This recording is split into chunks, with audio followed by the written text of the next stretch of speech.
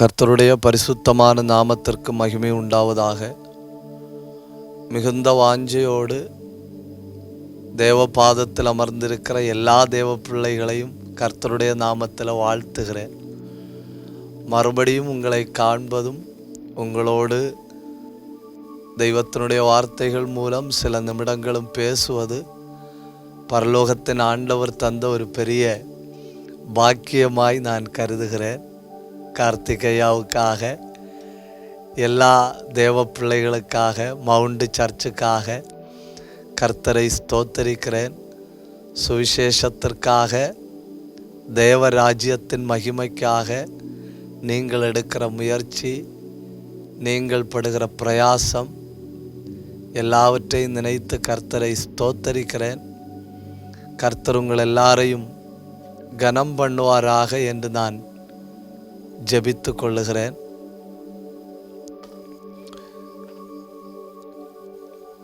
நாம் கடந்த 2 வாரங்களாய் எபிரேயர் 2ஆம் அதிகாரத்திலிருந்து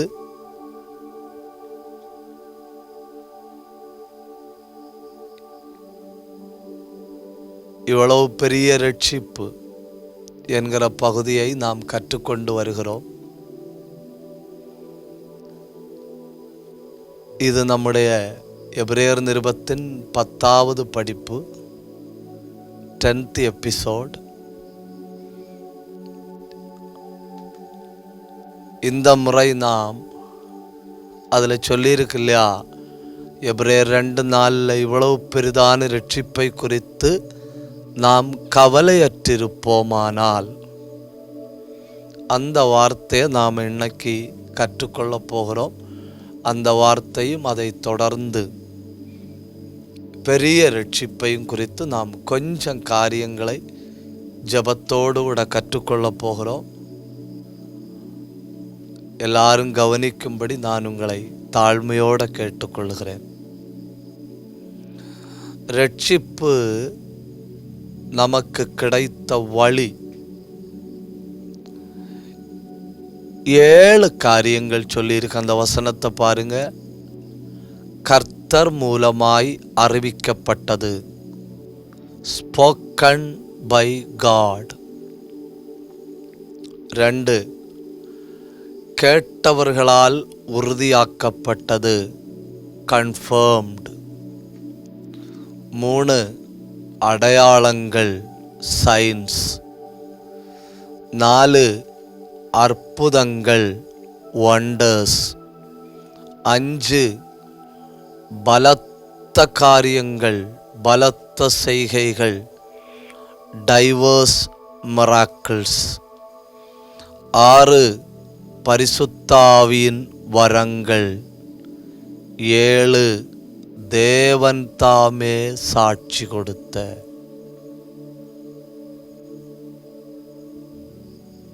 அப்போ இவ்வளவு பெரிதான ரட்சிப்பு நமக்கு கிடைத்த அந்த வழி,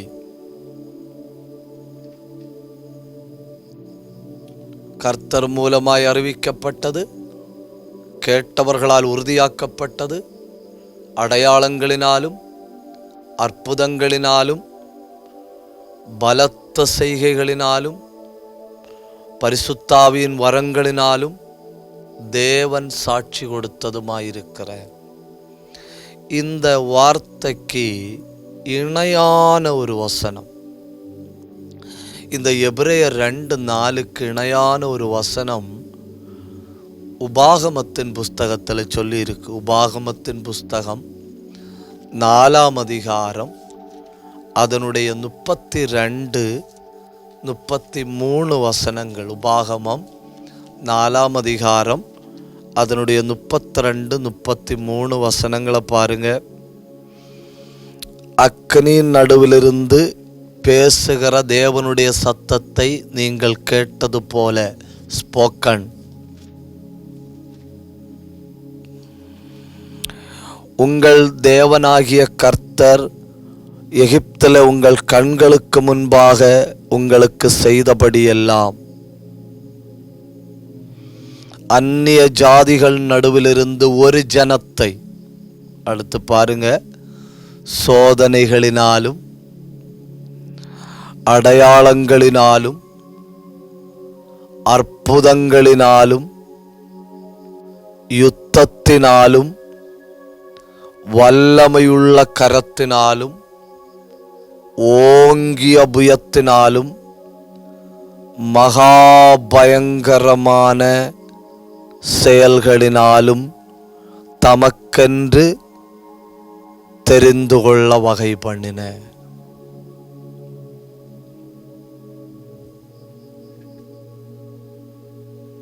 பார்த்தீங்களா? கிட்டத்தட்ட ஈக்குவலா இருக்கு. நான் ஏற்கனவே பொதுவான ரட்சிப்பை பற்றி சொன்னேன். அங்க அதெல்லாம் நடந்திருக்கிறது ஒரு ஜனத்துக்கு. இங்கே பெரிதான ரட்சிப்பை பற்றி நான் சொல்றேன். கவலையற்றிருப்போமானால் அப்படின்னு சொல்லி இருக்கு இல்லையா? அந்த இடத்துல கிரேக்க மொழியில கவலையற்றிருப்போமானால் அப்படின்னு இல்லை.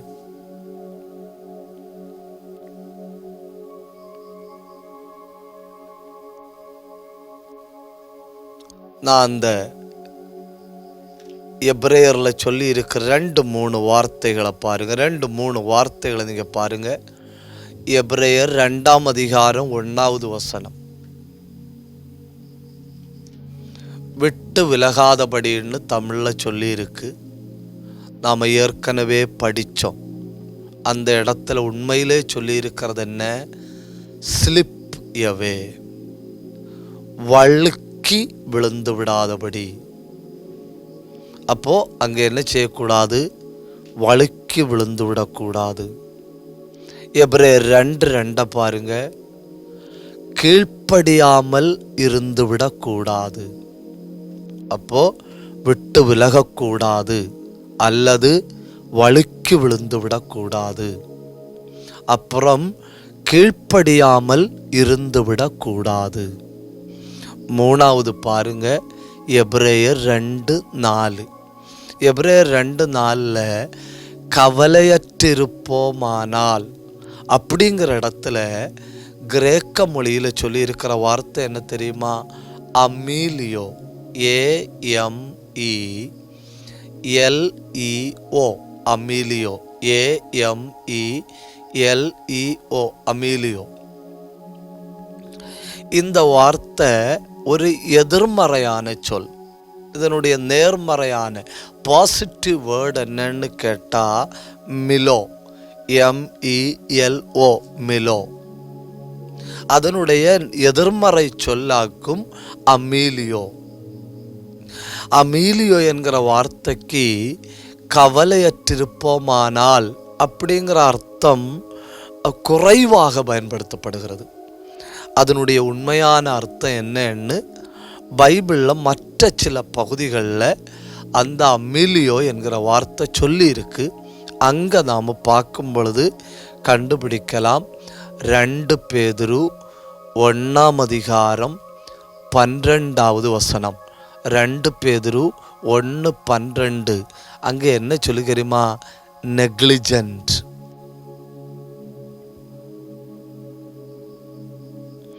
நெக்லிஜென்ட்னா என்ன? அசதியாயிருத்தல், உதாசீனம் பண்ணுதல்.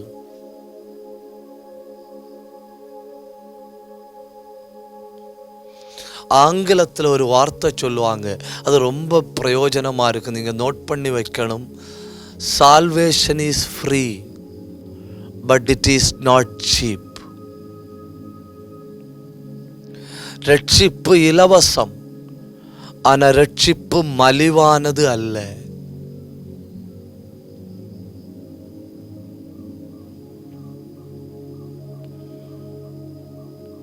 நீங்க சந்தைகளில் போய் பாருங்க, காய்கறி விற்கிற இடத்துல, மீன் விற்கிற இடத்துல போய் பாருங்க,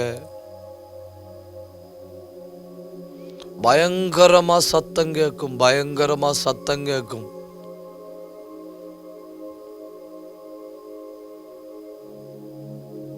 ஒரு கிலோ மீன் 100 ரூபா, ஒரு கிலோ காய்கறி 50 ரூபா, பயங்கரமா சத்தம் கேட்கும். ஆயிரக்கணக்கில் ரூபாய்க்கு வியாபாரம் நடக்கும். பயங்கரமா சத்தம் கேட்கும், ஆயிரக்கணக்கில் ரூபாய்க்கு வியாபாரம் நடக்கும்.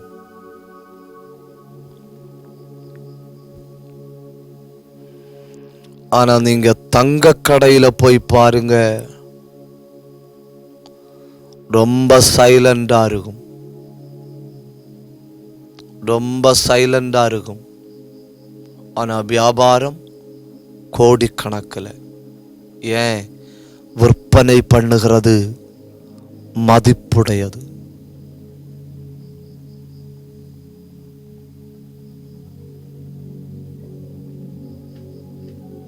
விலை மதிக்க முடியாது விற்பனை பண்ணுகிறார்கள், ஆனால் சைலண்டா இருக்கு.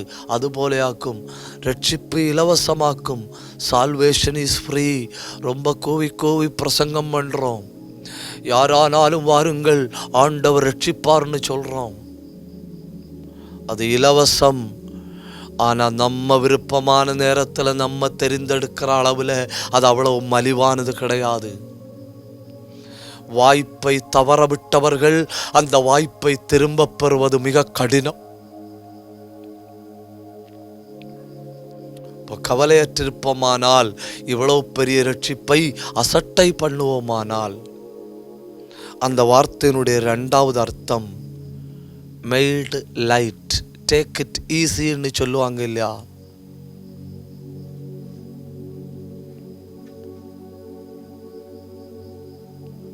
மத்தேயு 22ஆம் அதிகாரம் 5வது வசனம், அசட்டை பண்ணுதல்.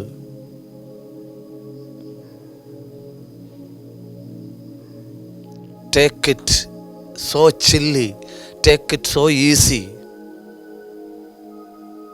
ஞானஸ்நானம் தானே, எப்போ வேணாலும் எடுக்கலாம். பரிசுத்தாவி தானே, எப்போ வேணாலும் பெறலாம். ரட்சிப்பு தானே, எப்போ வேணாலும் அனுபவிக்கலாம். அப்படி இல்லை.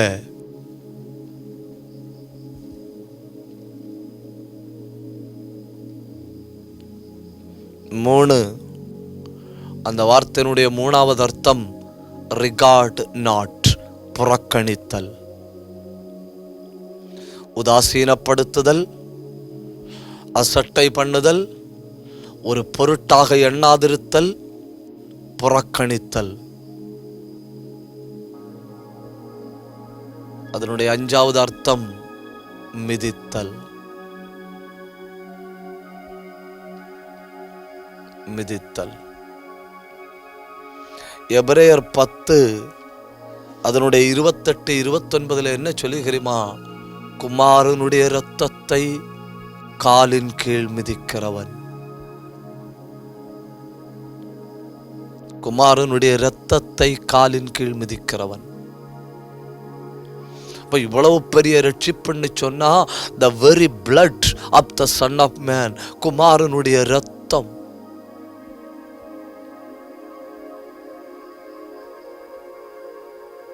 மனித உரிமைக்காக போராடின, பிரபல நாவல்களை எழுதின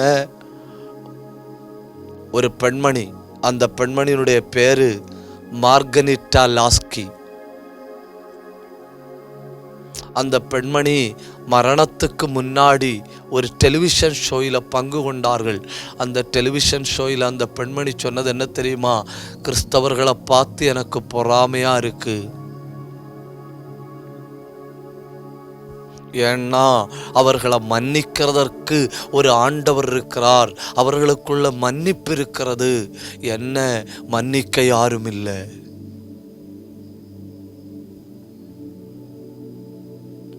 இப்போ வாசற்படியில வந்து தட்டுகிற ரட்சிப்பை புறக்கணித்தால், இருதயத்தின் கதவை தட்டுகிற இரட்சகரை புறக்கணித்தால்,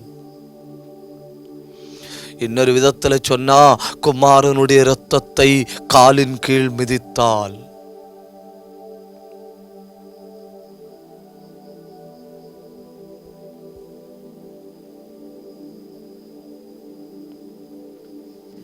பொயட் எலிசபெத் அப்படிங்கிற ஒரு பெண்மணி. அந்த பெண்மணி ஒரு மாற்றுத்திறனாளி.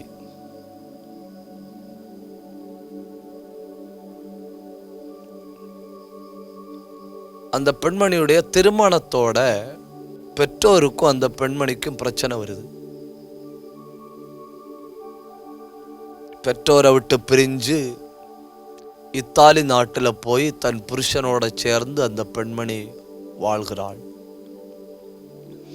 பெற்றோர் சொல்லிட்டாங்க, எங்களுக்கும் எங்கள் மகளுக்கும் எந்த உறவும் கிடையாது, எந்த உறவும் கிடையாது. இத்தாலி நாட்டில் புருஷனோட சேர்ந்து குடியேறின இந்த எலிசபெத் என்கிற பெண்மணி இந்த பெற்றோருக்கு வாரம் ஒரு முறை தவறாமல் கடிதம் எழுதி கொண்டே இருந்தது. வாரம் ஒரு முறை தவறாம பெற்றோரு கடிதம் எழுதி கொண்டே இருந்தது. அவரிடத்திலிருந்து ஒரு பதிலும் வராது. ஆனா இந்த பெண்மணி பெற்றோருக்கு கடிதம் எழுதி கொண்டே இருக்கும். 10 ஆண்டுகள் பெற்றோரிடத்திலிருந்து ஒரு பதிலும் வரல.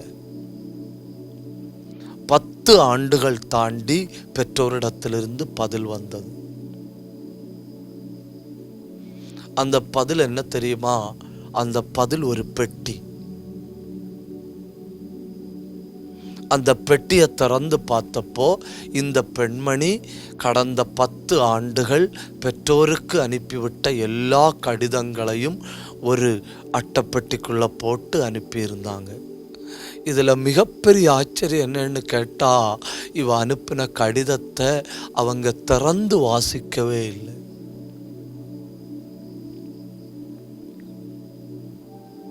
அவங்க திறந்து வாசிக்கவே இல்லை.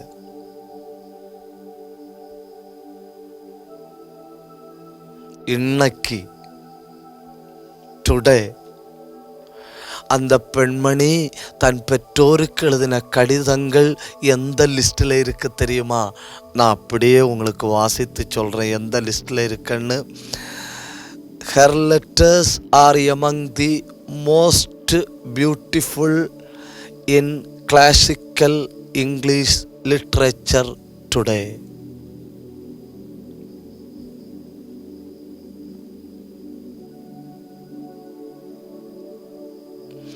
இன்னைக்குள்ள இங்கிலீஷ் லிட்ரேச்சர்ல மாணவர்கள் படிக்கிற அளவு மிக மிக நவீனமான எழுத்துக்களாயிருக்கிறது அந்த பெண்மணி தன் பெற்றோருக்கு எழுதின கடிதங்கள்.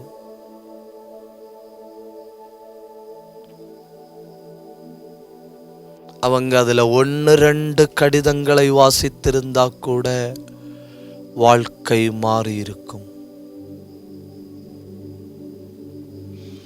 ஒரு கடிதத்தை வாசித்திருந்தா கூட பிரிந்த உறவு இணைந்திருக்கும்.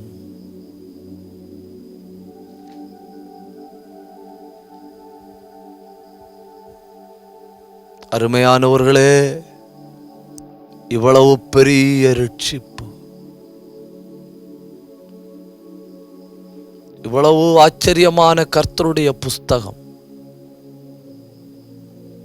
நாம் அதை அசட்டை பண்ணுவோமானால், உதாசீனப்படுத்துவோமானால், புறக்கணிப்போமானால், ஒரு பொருட்டாக எண்ணாதிருப்போமானால், கல்யாண விருந்துக்கு அழைக்கப்பட்ட மனிதர்கள் தங்கள் அழைப்பை ஒரு பொருட்டாக எண்ணாம புறக்கணித்தார்கள் அல்லவா?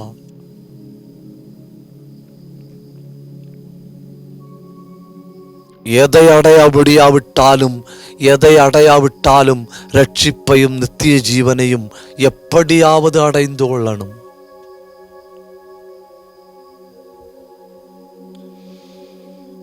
இனி கொஞ்சம் நாம இவ்வளவு பெரிய ரட்சிப்பை பற்றி கொஞ்சம் பார்க்க போறோம். கொஞ்சம் ஆதியாகமம் 3ஆம் அதிகாரம் 1 முதல் 6 வரை இருக்கு இல்லையா வசனங்கள். ஆதியாகமம் 3ஆம் அதிகாரம் 1 முதல் 6 வரை உள்ள வசனங்கள். அந்த வசனங்கள் நீங்க ஆங்கில பைபிள்ல பார்த்தா ஒரு டைட்டில் போட்டுட்டு தான் அந்த வசனங்களை சொல்லி இருக்கும். அந்த டைட்டில் என்னவா இருக்குன்னு தெரியுமா? Genesis chapter 3 words 1 to 6. ஆதியாகமம் 3ஆம் அதிகாரம் 1 முதல் 6 வரை உள்ள வசனங்கள். டைட்டில் என்ன? த ஃபால் ஆஃப் மேன், மனுஷனின் வீழ்ச்சி. ஒரு ஆள் கேட்கிறாரு, ஆண்டவர் புசிக்கும் நாளிலே நீ சாகவே சாவாயின்னு சொன்னாரு, அவங்க சாகவில்லையே. ஆண்டவர் சாகவே சாவாயின்னு சொன்னாரு, அவங்க சாகவில்லை அப்படின்னு யாராவது சொல்றாங்க அப்படின்னு சொன்னா அவர்களுக்கு மரணம் என்றால் என்னன்னு புரியல. மரணம் என்றால் என்ன? ரூத்து நகோமி இடத்துல சொல்லும் பொழுது சொல்லுகிறாள். ரூத்து சொல்றா நகோமி இடத்துல, மரணம் நம்மை பிரிக்கும் வரை.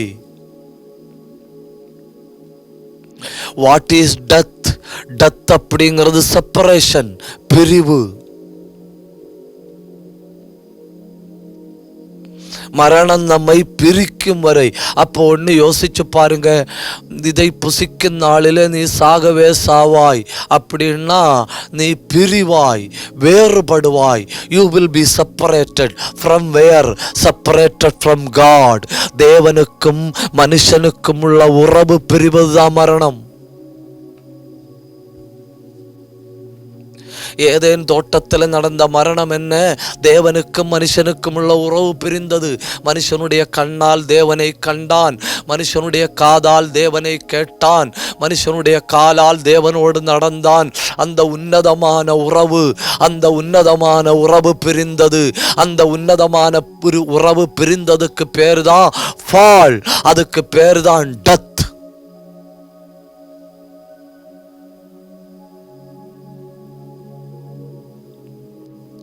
அந்த விழுகையில என்னெல்லாம் பாதிக்கப்பட்டதுன்னு பாருங்க. அந்த விழுகையில சரீரம் பலவீனப்பட்டது.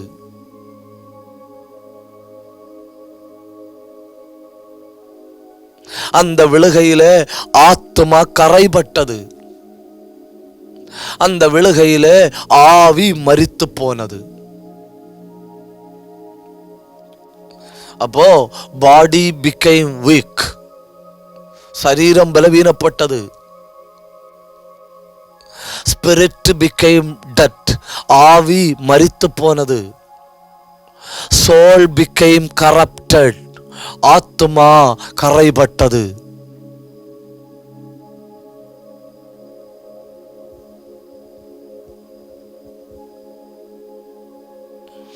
எல்லாம் நடந்தது எதனால?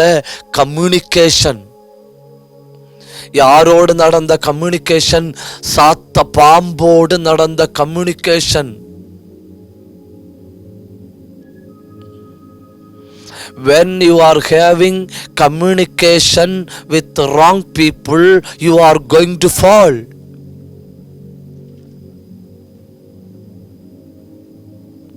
இல்லைன்னா fall begins with communication.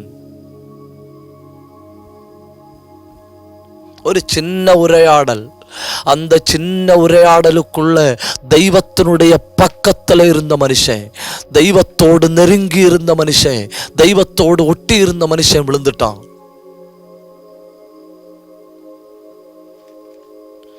அந்த விழுந்து போன மனுஷனை அந்த விழுகையிலிருந்து தூக்கணும்.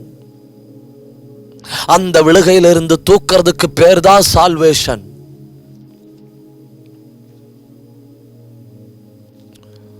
அப்போ ஃபால் ஆஃப் மேன், ஆதியாகமம் 3 1 முதல் 6 மனுஷனுடைய வீழ்ச்சி.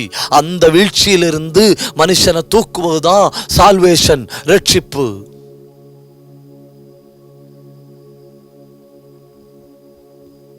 அப்படின்னா ரட்சிக்கப்படும் பொழுது என்ன நடக்கணும்? மரித்து போன ஆவி உயிர்ப்பிக்கப்படணும்.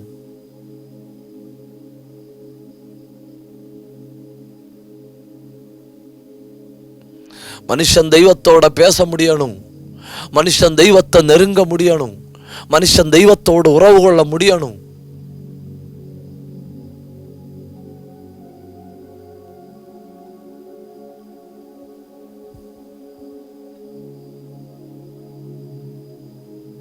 ரட்சிப்புக்கு 3 பகுதிகள் உண்டு. சேவ்டு, ரட்சிக்கப்பட்டேன்.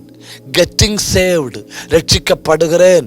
வில் பி சேவ்டு, ரட்சிக்கப்படுவேன். ரட்சிக்கப்பட்டேன் அப்படிங்கிறது பாவத்திலிருந்து ரட்சிப்பு. ரட்சிக்கப்படுகிறேன் அப்படிங்கிறது ஒவ்வொரு நாளும் பரிசுத்தம் அடைதல். எதிர்கால ரட்சிப்பு அப்படிங்கிறது பூமியிலிருந்து, நம்முடைய சரீரத்திலிருந்து நிரந்தரமான ரட்சிப்பு.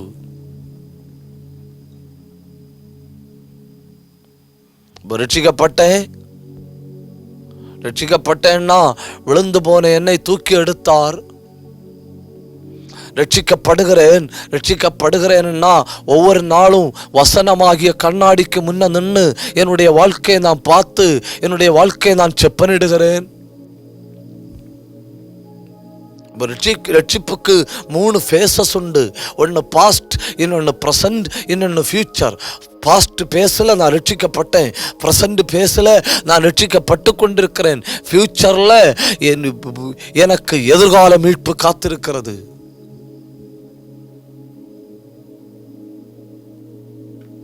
அப்போ ஒருத்தன் ரட்சிப்பை அசட்டை பண்ணும்படி சாத்தானால என்னெல்லாம் செய்ய முடியுமோ அதெல்லாம் சாத்தான் செய்வான். கவனத்தை திசை திருப்ப பண்ணுவான். ரட்சிப்பை மதிப்பை குறைத்து காட்டுவான். அது சாதாரணமானது அப்படின்னு சொல்லுவான். அப்படிங்கிற ஒரு எண்ணம் நமக்குள்ள வந்துவிடக் கூடாது என்பதற்காக ஆவியானவர் பவுலை கொண்டு சொல்லுகிறார், அல்லது எபிரேய நிருப எழுத்தாளரை கொண்டு சொல்லுகிறார். such a great salvation. நீங்க வீடு வச்சது உங்களுக்கு பெருசா தோன்றல, அது பெருசுதான். நீங்க வாகனம் வாங்கினது பெருசா தோன்றல, அது பெருசுதான். நீங்க படிச்சது பெருசா தோன்றலாம், பெருசுதான். இந்த உலகத்துல நீங்க வெற்றிகரமா செஞ்சது எல்லாம் வெற்றிதான். ஆனா இந்த உலகத்துல அது எல்லாவற்றை விட பெரியது நீங்க அடைந்த ரட்சிப்பு. ஏன்னா such a great, இவ்வளவு பெரிய ரட்சிப்பு. உடரபல சந்தல் பிரௌடபல் கபரபலபா ரேந்தல் கனாதனா. ஒவ்வொரு நாளும் மேன்மை பாராட்ட வேண்டியது நாம் வாங்குற வாகனத்தை பற்றியோ, நான் வச்ச வீடை பற்றியோ, நான் சம்பாதித்த பற்றி அல்ல, நான் அடைந்த ரட்சிப்பை பற்றி.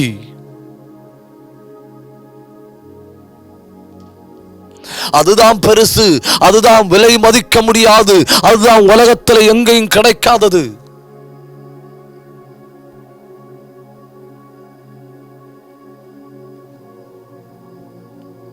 அதாவது மீதி எல்லாம் இருக்கு இல்லையா, ரப்பர் பந்து மாதிரி ஆகும். மீதி எல்லாம் ரப்பர் பந்து மாதிரி.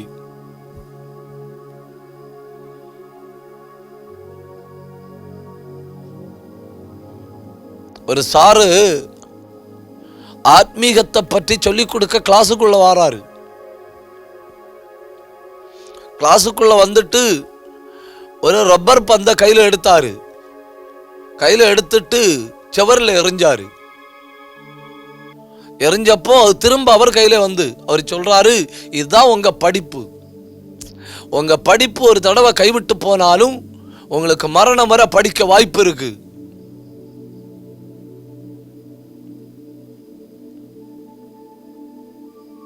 அப்புறம் இன்னொரு ரப்பர் பந்தை எடுத்தாரு. ரப்பர் பந்தை எடுத்துட்டு சுவரில் எறிஞ்சாரு. எறிஞ்சப்போ திரும்ப அவர்கிட்ட வந்து அவர் சொன்னார், இதுதான் உங்க பணம். நீங்க ஆயுசுல எங்க ஒரு இடத்துல வச்சு பணத்தை இழந்து போனா நீங்க மரிக்கிறதுக்குள்ள எப்படி வேணாலும் சம்பாதிச்சுக்கிடலாம். அதை it will come back to you.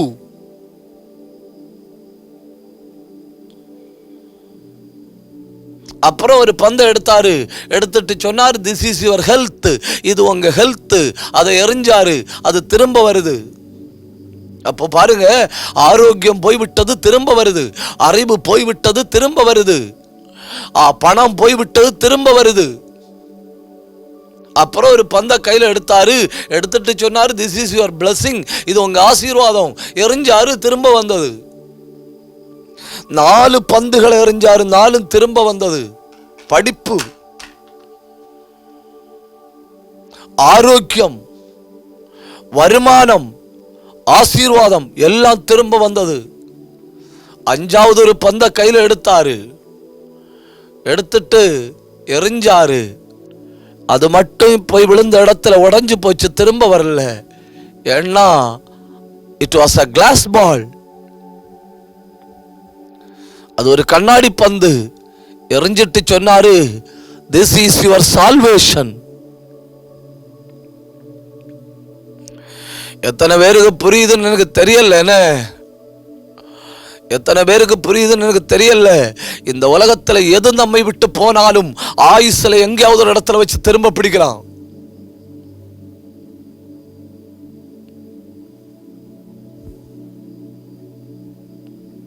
எம்மனேயும் அலெக்சாண்டரும் இழந்தது எதை தெரியுமா? இவ்வளவு பெரிய ரட்சிப்பை. தேமா இழந்தது எதை தெரியுமா? இவ்வளவு பெரிய ரட்சிப்பை. யூதாஸ் இழந்தது எதை தெரியுமா? இவ்வளவு பெரிய ரட்சிப்பை.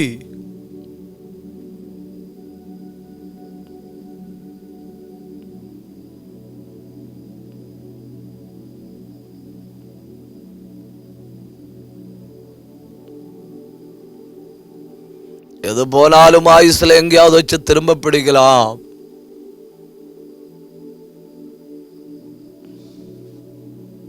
ரட்சிப்பு மட்டும் அப்படி இல்லை. ஏன்னா இந்த பூமியில நாம யாரு தெரியுமா? இந்த பூமியில நாம ஒரு டூரிஸ்ட் போல. சுற்றுலா வருவாங்க இல்லையா? சுற்றுலா வந்தவங்களை போல பார்க்கலாம், மகிழ்ச்சியா இருக்கலாம், அனுபவிக்கலாம், விளையாடலாம், என்டர்டெயின் பண்ணலாம். ஆனா சுற்றுலா முடியும் போது திரும்ப போகணும் இல்லையா? எந்த நேரத்துல சுற்றுலா முடியும்னு நமக்கு தெரியாது இல்லையா?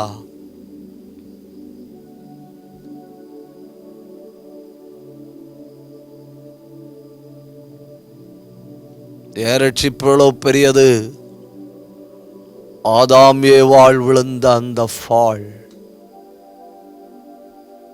மகிமையிலிருந்து விழுந்தார்கள், தேவனோடுள்ள உறவிலிருந்து விழுந்தார்கள், தேவன் கொடுத்த பொறுப்பிலிருந்து விழுந்தார்கள், தேவ அன்பிலிருந்து விழுந்தார்கள்.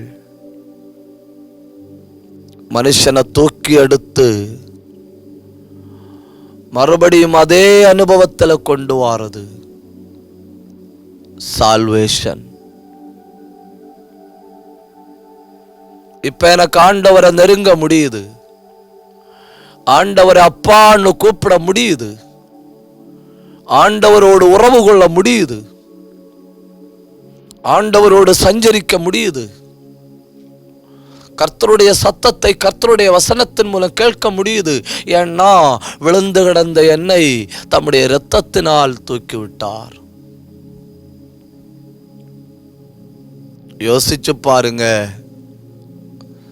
ஒரு மனுஷன் தன்னுடைய திராட்சை தோட்டத்தை உண்டாக்கி அதை குத்தகைக்கார இடத்துல கொடுத்து விட்டு போனார். அதனுடைய கனி வாங்க காலமான பொழுது வேலைக்காரர்களை அனுப்பினார். அவர்களை துரத்தி விட்டார்கள். இன்னும் கொஞ்சம் வேலைக்காரர்களை அனுப்பினார், துரத்தி விட்டார்கள். என் குமாரனை அனுப்புவேன், என் குமாரனை கண்டு பயப்படுவார்கள் அப்படின்னு நினைச்ச அதே திராட்சை தோட்டத்து குமாரனை அனுப்பினார்.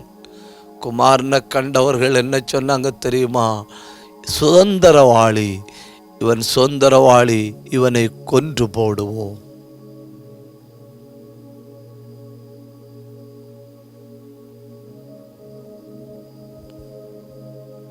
தேவன் கொடுத்த பரம ஈவையும் தேவன் கொடுத்த ஆசீர்வாதத்தையும் தேவன் கொடுத்த இவ்வளவு பெரிய ரட்சிப்பையும் அசட்டை பண்ணாதபடி கவனமா இருக்கணும். நான் ஒரு சம்பவத்தை சொல்லி முடிக்கிறேன். ஒருத்தன் ஒரு கொலை குற்றத்தை செஞ்சு ஜெயில கிடக்கிறான்.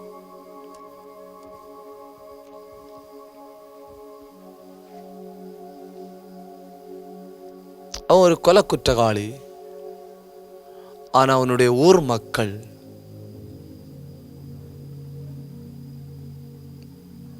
நீதிபதி இடத்துல போய் சொன்னாங்க,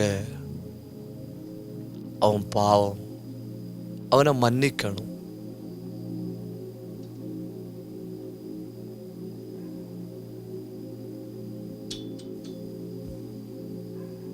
அத்தனை பேரும் ஒருமித்து போய் சொன்னதுனால மனமிறங்கின நீதிபதி அவனை மன்னிச்சு விட்டேன்னு கடிதத்தை எழுதி அவன் கையில கொண்டு கொடுக்க போறாரு. தீர்ப்பு அவனை மன்னித்தாச்சு. அவன் கையில கொண்டு கடிதத்தை கொடுக்கும்போ அவன் சொல்றான், உங்க மன்னிப்பு எனக்கு தேவையில்லை.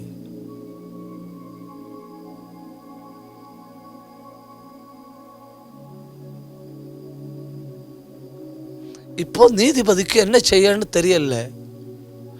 ஏன்னா இவனை தண்டிக்க முடியாது, இவனை மன்னிச்சாச்சு.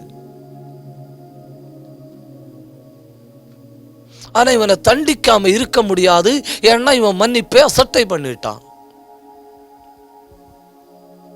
அப்புறம் சட்ட வல்லுநர்கள் கூடி ஆலோசிக்கிறாங்க, என்ன பண்ணலாம், இவனை தண்டிக்க முடியாது, இவனை மன்னித்தாச்சு, என்ன பண்ணலான்னு கேட்டப்போ சட்ட வல்லுநர்கள் கூடி ஒரு முடிவெடுத்தாங்க. என்ன முடிவெடுத்தாங்க தெரியுமா? மன்னிப்பை கிடைக்க பெற்றவன் அதை அங்கீகரிக்காவிட்டால் மன்னிப்பு செல்லுபடியாகாது. Forgiveness doesn't work if he doesn't accept.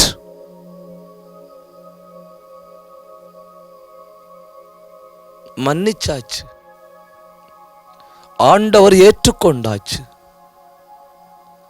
அந்த மன்னிப்பையும் மன்னிச்ச அவரை நான் அங்கீகரிக்கலன்னா, நான் செஞ்ச பாவத்துக்காக அல்ல நான் தண்டனை அனுபவிக்க போறது, நான் அந்த இரட்சகரையும் ரட்சிப்பையும் புறக்கணித்ததினால்.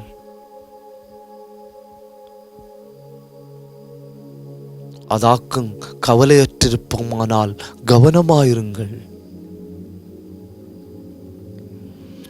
பிலிப்பியருக்கு நிருபம் எழுதும்போ பவுல் சொல்றாரு, ரட்சிப்பு நிறைவேற பிரயாசப்படுங்கள். Work out. இந்த டெய்லி காலையிலையும் சாயங்காலத்திலையும் எக்ஸசைஸ் பண்ணணும் இல்லையா, அதாக்கும் work out. Every day work out your salvation. ஒவ்வொரு நாளும் ஜெபிக்கணும், ஒவ்வொரு நாளும் வேதத்தை வாசிக்கணும், ஒவ்வொரு நாளும் தெய்வத்தை நெருங்கணும். கண்ணை மூடி ஒரு நிமிஷம் ஜெபம் பண்ணுவோமா?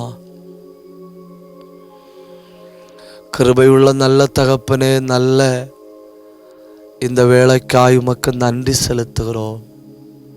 ஆண்டவரே, நாங்கள் ரட்சிப்பை புறக்கணிக்க கூடாது, நாங்கள் ரட்சிப்பு நிறைவேற பிரயாசப்படணும்.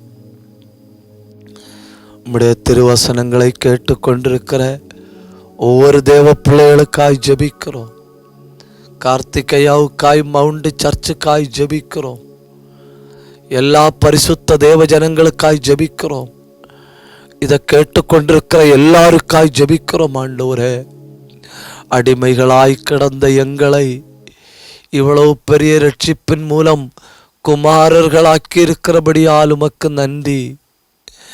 உதவாதவர்களாய் கிடந்த எங்களை இவ்வளவு பெரிய ரட்சிப்பின் மூலம் சுதந்திரவாளிகளாய் மாற்றி இருக்கிறபடியால் உமக்கு நன்றி. ஆண்டவரே, அத்தனை பேர் இந்த சத்தியங்களை அறியட்டும், அத்தனை பேர் இந்த மன்னிப்பை அறியட்டும், அத்தனை பேரும் ஆண்டவர் என்னை அங்கீகரிக்கிறார் என்பதை அறியட்டும். வசனம் எல்லா உள்ளங்களுக்குள்ளும் கிரியை செய்வதாக. ஒரு ஆள் கூட உதாசீனமா இருக்காமல், அசட்டை பண்ணாமல், புறக்கணிக்காமல் அத்தனை பேரும் நிறைவேற்ற பிரயாசப்படும்படி கிருபை தாரும். எங்கள் ஆவி, ஆத்தும, சரீரம் முழுமையாய் உம்முடைய திருக்கரங்களில் தருகிறோம். அடுத்தொரு கூடுகையில் ஒருமித்து காண்கிறது வரை கிருபைக்குள்ள மறைத்து கொள்ளும். தாழ்த்துகிறோம், உம்முடைய நல்ல கரங்களில் தருகிறோம். ஜெபத்தை கேட்டபடியால் உமக்கு நன்றி செலுத்தி இயேசுவின் நாமத்தில் ஜெபிக்கிறோம் நல்ல பிதாவே. ஆமென், ஆமென். மௌனமாய் கேட்டுக்கொண்டு உங்கள் எல்லாரையும் கர்த்தர் ஆசீர்வதிப்பார்.